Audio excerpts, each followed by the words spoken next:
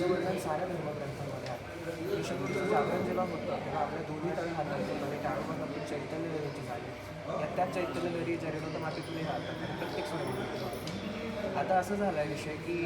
ध्यानासाठी सर्व लोक गिरीकंदांमध्ये जंगलांमध्ये जायचे आणि मग त्यांना तो ईश्वर प्राप्त व्हायचा असा प्रकार पण सर्वसामान्य प्रापंचिक माणसाने हे करणं अशक्य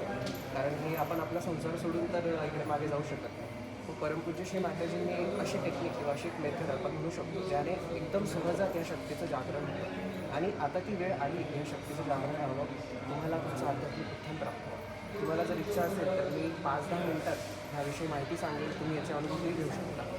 तर बघा मग 5 मिनिटं ऐकून मग 5 माहिती मिनिटं